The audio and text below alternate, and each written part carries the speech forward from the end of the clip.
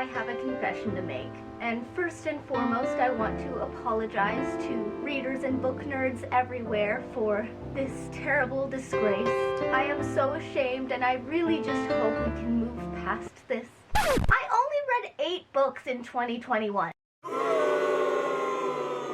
I know, it's awful. I told you I was a slow reader. I wasn't kidding. But to be fair, 2021 was a particularly bad reading year for me due to multiple long reading slumps.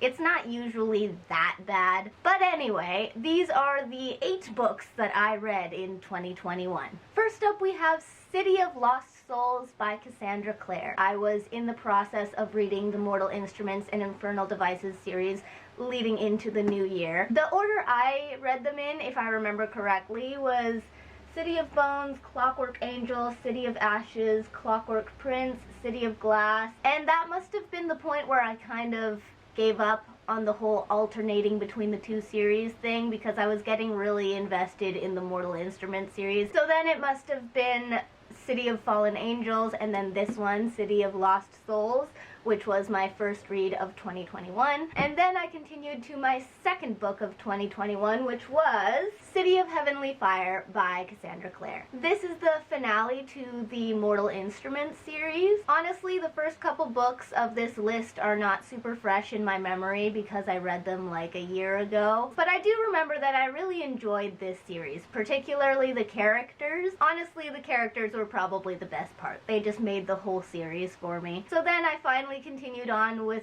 the Infernal Devices series. So the third book I read in 2021 was Clockwork Princess by Cassandra Clare. And again, the characters were definitely the highlight. Cassandra Clare just really knows how to make you fall in love with fictional characters. I should also mention that the order that I read these books in was not ideal. If you read City of Heavenly Fire before this book, it'll probably kind of spoil this book for you. And I knew this beforehand, but I still decided to ignore that advice. I think I was already kind of spoiled through the internet anyway, so it wasn't that big of a deal for me.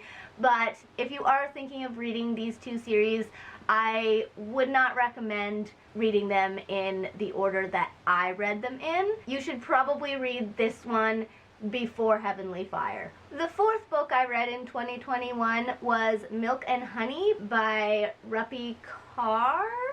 I hope I'm pronouncing that right. I actually read 3 poetry books in 2021, which is rare for me. I don't usually read poetry much, but lately I've been kind of branching off and reading things that I wouldn't normally read. All of the poetry books on this list are by the same writer, Rupi Kaur, I think, and I loved every one of them. I feel like they're kind of a good introduction to poetry for people who aren't used to reading a lot of poetry, like myself. Most of them are pretty short and sweet, but still really powerful. I just really liked them. The 5th book I read in 2021 was A Court of Silver Flames by Sarah J. Maas. Honestly, I'm kind of surprised I didn't read this one sooner. Usually when Maas comes out with a new book, I am in the store buying it that same day. I don't think that happened this time around, though. Like Cassandra Clare, Sarah J. Maas is another author that just really knows how to make you fall in love with fictional characters. I'm strongly of the opinion that the characters of a book can really make or break the whole book. It's just really important that the readers are really invested in the characters, and this lady knows how to do that. The 6th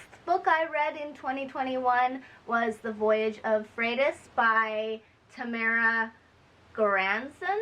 Again, I might not be pronouncing that right. I apologize. This is a feminist historical fiction about Norse Vikings. It's definitely more of a mature read. It's got a lot of pretty heavy content, but it was really good. I was invested the whole way through. Fair warning though, it is not a happy ending. And the last 2 of 8 books that I read in 2021 were The Sun and Her Flowers and Homebody, both of them by Rupi Kaur, or Rupi Kaur. Another cool thing about her books are these cute little illustrations that she has in them. I'm pretty sure she does them herself. They're really creative, and I love the simple, squiggly kind of style of them, but they're also really powerful images, and I feel like they really complement her poems well. And that's it. Those are all the books I read in 2021. Reading slumps suck. So that's all I have for you today. I'll see you in my next video, and thanks for watching.